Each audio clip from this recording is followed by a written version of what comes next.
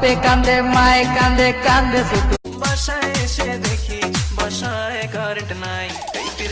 আর শুনছি তুমি নাকি বিড়ি খাও। এই কে কইছে তোমারে আমি বিড়ি খাই? বিড়ি খাইলে যেমন মা বাবার ইচ্ছা ছিল করবো ভার্সিটি।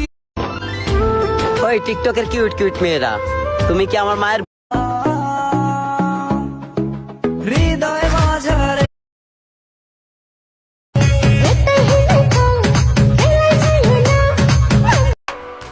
ও আমার পোষা ময়না